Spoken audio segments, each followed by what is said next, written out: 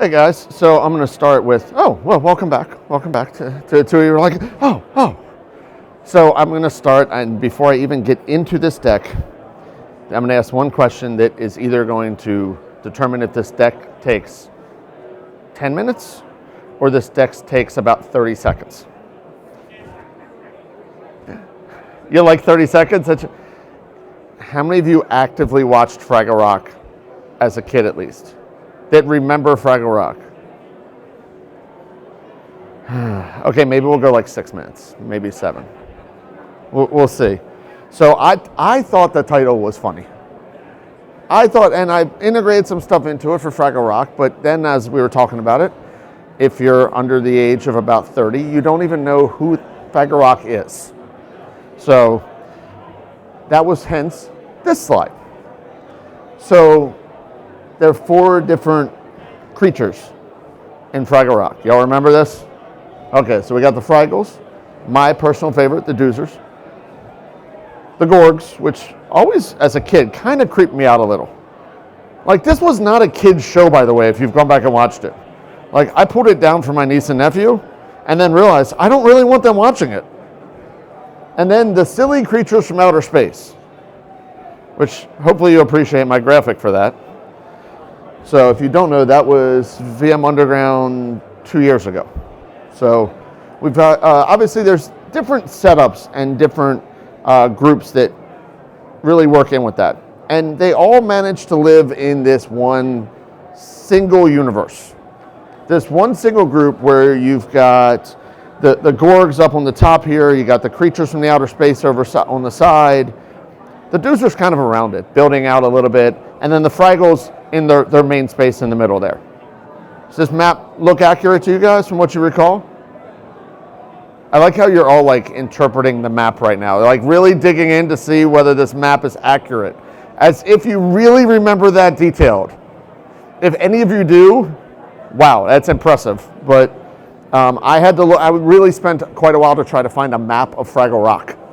It took me a while to find one, and apparently somebody thought to sketch one out. It's the best one I found. Now, if I take that away, now I need all these things to play together. I've got, say, we'll go back, the Fraggles, kind of like your primary, your file and block. They were the main important ones. The Doozers, these guys are the ones that are always building stuff and testing stuff. That's my test dev guys. Always trying out, figuring what the heck they're doing. The Gorgs. Now, Gorgs to me look like an old Jewish grandmother. And not a good one, but one that manages to keep everything and all of your backup data.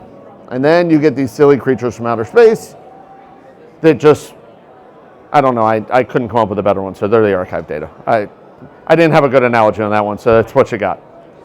Now, if I try to take all of that and make that all live in one world like we had for Fraggle Rock, how do you think that really works out? It really doesn't. You've got it in a lot of different spaces. It's really fragmented. It's really separated.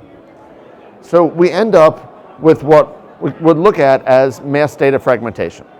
So how many of you have heard of the term mass data fragmentation? That's not a very lot of you. So I'm just going to go ahead and put the definition up to make it easy. So mass data fragmentation is that growing proliferation of data across many different silos, many different environments, including as you get into multi-site, multi-cloud, and it's not utilized to prevent organizations from actually utilizing it to their full value. So what can we do about mass data fragmentation and what causes it? So the first thing that causes it is having fragmentation across different silos. Now, I talked about it with the Doozers being your test dev and the Fraggles being your primary data and your file, your object. You've got your archive. I thought about potentially saying that the creatures from outer space, maybe they were the searches and the analytics, but it didn't seem to fit as well as archive. So you've got all these different pieces of data, but you can't really search across them. You can't figure out what's in each one. They're all used for different purposes. But now, what if I take all that and I put it down within a silo and dig in even closer? Now I've got data, say, even within just file and object. that's sitting on software, it's sitting on different shares. Maybe I have a NAS here, I've got a block share over here. Then I look at backup and recovery, and maybe I have stuff sitting on tape still. If it got sent out to Iron Mountain and I have no idea what's on that tape, because you guys don't keep like a spreadsheet of what's on every tape, right? I mean, that would be weird. I was hoping none of you said yes to that, because then you really, really need a hobby, especially if it was the same person that knew the map of Fraggle Rock. That would concern me, and you should move out of your mother's basement. So we know you're not doing that, so you can't find all that data you're looking for, even within a silo. But then I don't have just one silo anymore and just one space. I've got multiple data centers that I'm replicating across. I've got multiple locations. Now I add in, and I've got all these different clouds. I've got data out in AWS sitting somewhere. I've got data in an Azure blob somewhere. And then I've got all these remote offices also.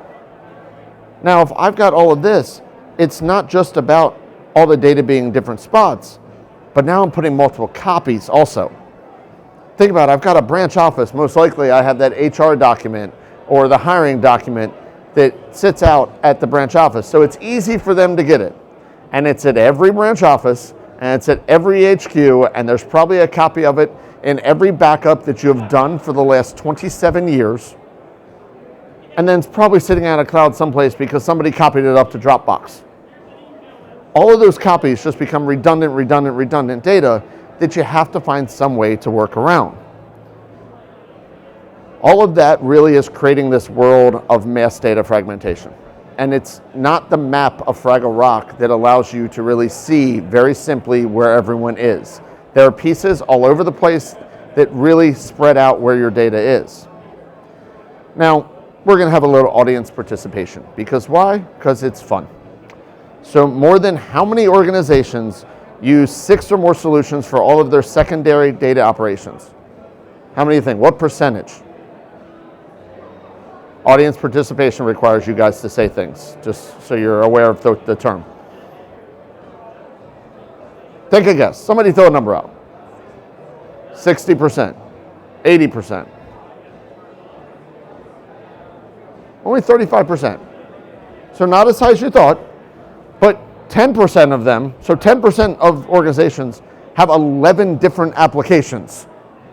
So where are they keeping all that? Number one, I have no idea what 11 they could possibly be using, but that's what the survey came out to. So now, this one's another one. How many percentage organizations have between 4 and 15 copies of the same data sitting out somewhere in the organization? Keep in mind that I'm going to give you a little hint on this. When the 10% have 11 or more copies.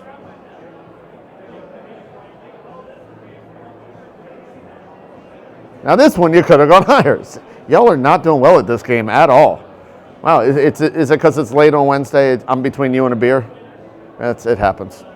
So 63% of organizations have all these multiple copies. Again, too much data sitting out there. So now this, you guys were so bad at this, I'm just gonna give you this one. So 85% of companies store data between 2 and 5 different public clouds. Now, keep in mind, 2 and 5 could be your local regional cloud, it could be a local partner that's specific to something, or it could be AWS, it could be Azure, it could be Google. So these clouds don't necessarily mean they have to be the largest places. It could also be multiple locations within, so maybe many data centers inside. I think the key to this, though, is on top of that, 74% say that they have a redundant copy of their data stored out in the public cloud. Now, last time I checked, in the public cloud, we pay by how much we put in it, yes?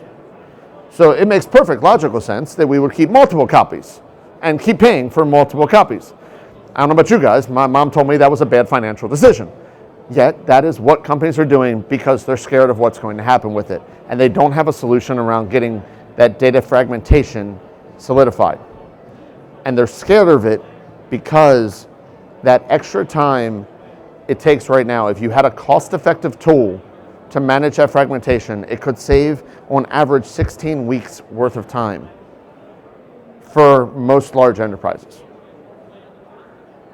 Not only that, but that scared of it, that CIO, that IT director, the CISO, are concerned because Most of them, 91% of the people we surveyed, came back and said that they were concerned about their level of visibility into where their data was.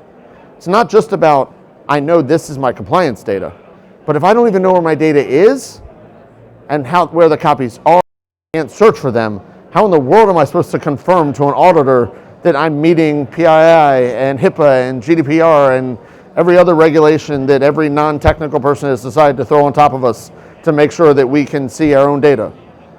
It's almost impossible.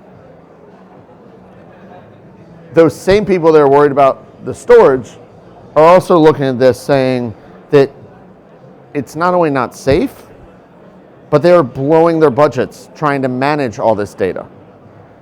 They're having turnover because there's just IT burnout of people just going through it and through it and through it. So it's just not working, and it's causing people to quit.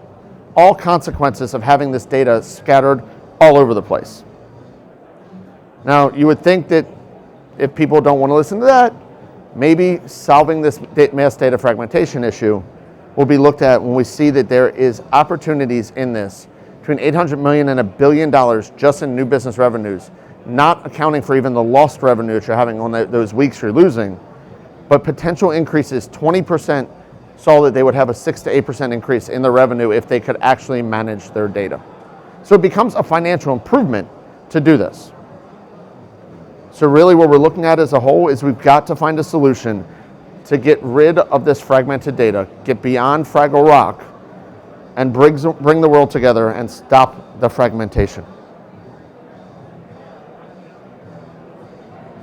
Make it a nice, pretty globe. Not Fraggle Rock. Pretty globe. Not Fraggle Rock. Got it? Stop the fragmentation. Thanks, guys.